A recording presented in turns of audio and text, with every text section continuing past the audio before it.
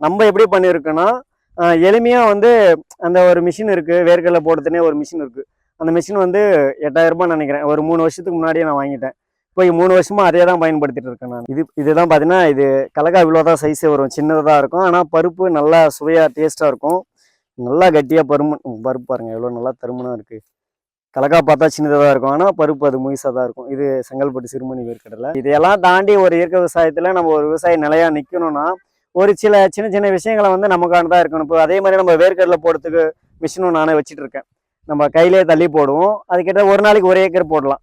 இடுப்பொருள் வந்து பெருசாக நம்ம எதுவும் கொடுக்கல. ஒரே ஒரு முறை ஜீவாமிர்தம் தான் கொடுத்தணும். சராசரியாக பார்த்தீங்கன்னா ஒரு செடிக்கு பார்த்தீங்கன்னா எப்படியும் 20 கலக்காய்க்கு மேலே தான் இருக்குது.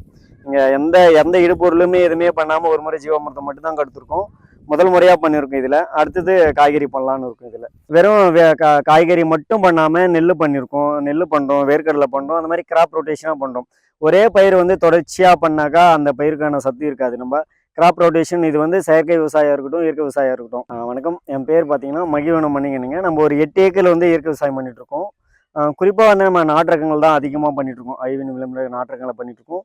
கூடல வந்து வெறும் காய்கறி மட்டும் பண்ணாமல் நெல் பண்ணியிருக்கோம். நெல் பண்ணுறோம், வேர்க்கடலை பண்ணுறோம், அந்த மாதிரி கிராப் ரொட்டேஷனாக பண்ணுறோம். ஒரே பயிர் வந்து தொடர்ச்சியாக பண்ணாக்கா அந்த பயிருக்கான சத்து இருக்காது. நம்ம கிராப் ரொட்டேஷன் இது வந்து செயற்கை விவசாயம் இருக்கட்டும், இயற்கை விவசாயம் இருக்கட்டும். கண்டிப்பாக அந்த கிராப் ரொட்டேஷன் செய்யும்போது வந்து நம்ம அந்த சத்து போட்டிருக்கிறத வந்து ஈடு செய்யலாம். அந்த மாதிரி பண்ணும்போது நம்ம ஒரு 30 சென்ட்ல வேர்க்கடலை பண்ணியிருக்கோம். இந்த ரகம் என்ன பார்த்தீங்கன்னா நம்ம செங்கல்பட்டு சிறுமணின்னு சொல்லுவோம்ல, செங்கல்பட்டு சிறுமணி வேர்க்கடலை பண்ணி ஒரு 30 சென்ட் பண்ணியிருக்கோம். நல்லாவே இருந்துச்சு. ஒரு செடிக்கு பார்த்தீங்கன்னா கிட்டத்தட்ட ஒரு 20 to 25 கலகா இருந்துச்சுங்க. நல்லா தான் இருந்துச்சு.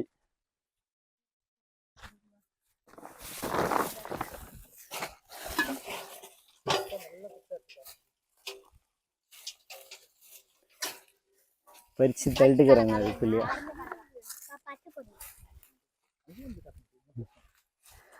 இதுதான் பார்த்தீங்கன்னா, இது கலக்கா இவ்வளோதான் சைஸே வரும். சின்னதாக தான் இருக்கும். ஆனால் பருப்பு நல்லா சுவையாக டேஸ்ட்டாக இருக்கும். நல்லா கட்டியாக பருப்பு பாருங்கள் எவ்வளோ நல்லா தருமனாக இருக்குது. கலக்கா பார்த்தா சின்னதாக தான் இருக்கும். ஆனால் பருப்பு அது முழுசாக தான் இருக்கும். இது செங்கல்பட்டு சிறுமணி வேர்க்கடலை. இதே நாட்டு ரகம் தான். இது நாட்டு ரகம் தான். ஒரு 30 சென்டில் பண்ணியிருக்கோம். பரவாயில்ல, நம்ம ஃபஸ்ட் ட்ரைலாக பண்ணியிருக்கோம். இப்போ உழவுனா பார்த்தீங்கன்னா ஒரு 4-5 முறை உழவு பண்ணியிருக்கோம். இடுபொருள் எதுவுமே கொடுக்கல. சரிங்க, இப்போ என்ன பார்க்குறோன்னா, நம்ம இந்த வேர்க்கடலை வந்து எப்படி சாகுபடி பண்ணலாம் அப்படின்றத பற்றி பார்ப்போம். இது வந்து ஒரு 30 சென்ட் இருக்கும். 30 சென்ட் ஒரு 3 to 4 முறை வந்து உழவு பண்ணேன்.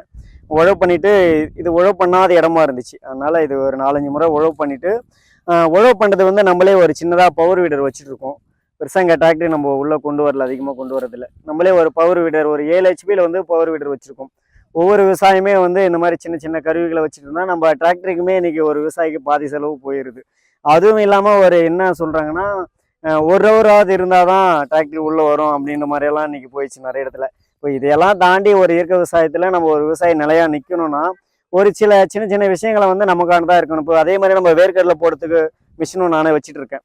நம்ம கையிலே தள்ளி போடுவோம். அதுக்கிட்ட ஒரு நாளைக்கு 1 ஏக்கர் போடலாம். அது போட்டுக்கலாம். உழவு ஓட்டத்துக்குமே ஒரு சின்னதாக ஒரு 7 HP பவர் வீடு வச்சுருக்கோம். இந்த வேர்க்கடலை சாகுபடி பண்ணுறதுன்னா ஒரு 3 to 4 முறை நம்ம உழவு பண்ணிவிட்டு நம்ம அடுத்தது வந்து நம்ம அந்த வேர்க்கடலை வச்சுருக்கலாம். அந்த மிஷின்லேயே கையில் தள்ளி போடுது. அதிலே தான் போட்டிருந்தேன். அதில் பார்த்தீங்கன்னா நம்ம அட்ஜஸ்ட்மெண்ட் பண்ணிக்கலாம். 1 அடிக்கு போடுதா இல்லை 1/2 அடிக்கு ஒரு பருப்பு வேறுதா அது இந்த மாதிரி பண்ணிக்கலாம். இடுப்பொருள் வந்து பெருசாக நம்ம எதுவும் கொடுக்கல. ஒரே ஒரு முறை ஜீவாமிர்தம் தான் கொடுத்தணும். சராசரியாக பார்த்தீங்கன்னா ஒரு செடிக்கு பார்த்தீங்கன்னா எப்படியும் 20 கலக்காய்க்கு மேலே தான் இருக்குது. இங்கே எந்த இடுப்பொருளுமே எதுவுமே பண்ணாமல் ஒரு முறை ஜீவாமிர்தம் மட்டும் தான் கொடுத்துருக்கோம். முதல் முறையாக பண்ணியிருக்கோம் இதில். அடுத்தது காய்கறி பண்ணலான்னு இருக்கும். இதில் நல்லா ஒரு விளைச்சல் தாங்க. கிட்டத்தட்ட பார்த்தீங்கன்னா ஒரு 8 மூட்டை அப்படி பார்க்கலான்னு 8 மூட்டை கிட்ட வரும்னு நினைக்கிறேன். ஒரு 30 இந்த நம்ம வேர்க்கடலையை நாட்டு ரகம் பண்ணுறோன்னா, இப்போ இன்றைக்கி ஹைப்ரிட் ரகம்லாம் நிறைய பல்கலைக்கழகம் அந்த மாதிரியெல்லாம் நிறைய வந்துச்சு. நம்ம மண்ணுக்கான இதுக்கு முன்னாடி ஒரு 20-30 வருஷத்துக்கு முன்னாடி இன்றைக்கும் நிறைய பேர் பண்ணிட்டு தான் இருக்காங்க இந்த நாட்டு ரகத்தை. என்னென்னா நாட்டு ரகத்தில் வந்து டேஸ்ட் நல்லாயிருக்கும். எண்ணெய் வந்து நல்லா அந்த கொழுப்பு சத்து இருக்கும் இதில். அதுக்காக பண்ணிகிட்ருக்கோம். நடவு பார்த்தீங்கன்னா நம்ம எப்படி நடவு பண்ணுறேன்னு பார்த்தீங்கன்னா, ஒரு சில பகுதிகளில் கல்வெட்டி மண்வெட்டி இருக்குல்ல, கல்வெட்டியில் கட்டி குட்டி அப்படியே போடுவாங்க. அந்த மாதிரியும் பண்ணிட்டு இருக்காங்க. அந்த மாதிரி மெத்தட் வந்து எங்கே பண்ணுறாங்களா எனக்கு தெரிஞ்சு திண்டுக்கல் அந்த பக்கம் ஒட்டஞ்சத்திரம் அந்த பகுதியெல்லாம் பார்த்தா கை நடவு பண்ணுறாங்க. இங்கே எங்கள் பக்கத்தெல்லாம் பார்த்தீங்கன்னா பெரும்பாலும் என்ன பண்ணுங்கன்னா டிராக்டரில் தான் போடுவாங்க. ஏர் ஓட்டிட்டு அந்த டிராக்டர்லேயே ஒரு அட்டாச்மெண்ட் இருக்கும். வேர்க்கடலை போடுறதுன்னு இன்றைக்கி வந்திருக்கு. அதை போடுறாங்க. அது ஒரு ஊருக்கு 1500 ரூபா அந்த மாதிரியெல்லாம் போயிடுச்சு இன்றைக்கி.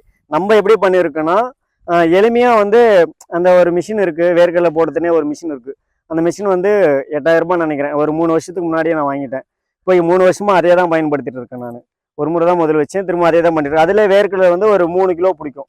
அதில் போட்டுனா நம்ம அட்ஜஸ்ட் பண்ணிக்கலாம். 1/2 அடிக்கு 1 போகணுமா, இல்லை 1 அடிக்கு 1 போகணுமா, அந்த மெத்தடில் போட்டுக்குவோம். டிஸ்டன்ஸுமே வந்து செடிக்கு செடி 1/2 அடியும், இந்த பக்கம் வந்து 1/2 அடியும் போட்டுக்கலாம். அந்த மாதிரி இப்போ நாட்டு வேர்க்கடலை இருந்தால் அந்த மாதிரி போட்டால் சிறப்பாக இருக்கும். அந்த மாதிரி தான் போட்டு எடுத்துருக்கோம். பெருசாக இடுபொருள் நம்ம எதுவுமே பண்ணல. இதில் ஒரே ஒரு முறை மட்டும் ஜீவாமிர்தமாக கொடுத்துருக்கோம், தண்ணீர் பாய்ச்சும் போது. இது வந்து இரவை பாசனமாக தான் நம்ம பண்ணியிருக்கோம். வேர்க்கடலை வந்து 2 முறையாக பண்ணுவாங்க. ஒன்று வந்து மானாவாரியாக பண்ணுவாங்க. மானாவாரியாக எங்கள் பகுதியில் எப்படி பண்ணுவாங்கன்னா, சித்திரை வைகாசியில் பண்ணுவாங்க. மெயினாக வந்து வைகாசி மாதம் தான் மானாவாரியாக பண்ணுவாங்க. அப்போ பண்ணும்போது வானம் பார்த்த பூமி மாதிரி தான், மழையை நம்பி தான் பண்ணுவாங்க. அப்பவுமே நல்லா வரும். அதை விட நாட்டு வேர்க்கடலை பொறுத்தவரை நம்ம கார்த்திகை மாதம் போடுவோம். அந்த கார்த்திகை மாதம் போடும்போது மட்டும்தான் நம்ம இந்த மாதிரி நல்ல விளைச்சலும் இருக்கும், பருப்பு நல்லா திடகாத்தமாக இருக்கும். நல்லா ஒரு பருப்போட வேர்க்கடலை சைஸும் ஒன்றை போல இருக்கும், நல்லா திரைச்சியாக இருக்கணும், நல்ல மகசூல் இருக்கணும். நம்ம கார்த்திகை பட்டத்தில் தான் போடுவோம். அப்போ போடும்போது ஒரு 2-3 தண்ணி தேவைப்படுங்க. அந்த மாதிரி இரவை பாசனமாக தான் பண்ணியிருக்கோம் நம்ம.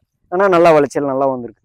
வணக்கம், என் பேர் மகிழ்வனம் மணிங்க. நம்ம பார்த்தீங்கன்னா தொடர்ச்சியாக ஒரு 8 ஏக்கரில் பண்ணிகிட்ருக்கோம். இயற்கை விவசாயமும் பண்ணிகிட்ருக்கோம். இது வந்து ஒருங்கிணைந்த பண்ணையமாக எடுத்துகிட்டு போகணுன்ற இது வந்து நம்ம நாட்டு கோழிகளையும் பண்ணிகிட்ருக்கோம். பியூராக வந்து குறிப்பாக வந்து சிறுவிடை கோழிகள் தான் பண்ணிகிட்ருக்கோம். நம்ம இன்றைக்கி அழிவின் விளிம்பில் இருக்கக்கூடியது வந்து சிறுவிடை கோழிகளாக பார்க்கலாம்.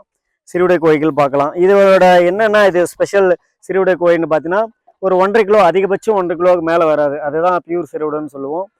நம்ம இது வந்து சிறுவிடைக்கு வந்து டேஸ்ட்டு கறியும் நல்லாயிருக்கும், சுவையாக இருக்கும். அந்த காலத்தில் இருந்திருக்கு பழக்கத்தில். இது இன்றைக்கி வந்து நிறையா அரசாங்கமும் சரி, இதில் நல்ல பல்கலைக்கழகங்களும் அதில் கூட நிறைய வந்துச்சு. இந்த வனராஜா, கிரிராஜா அந்த மாதிரியெல்லாம் வந்துச்சு.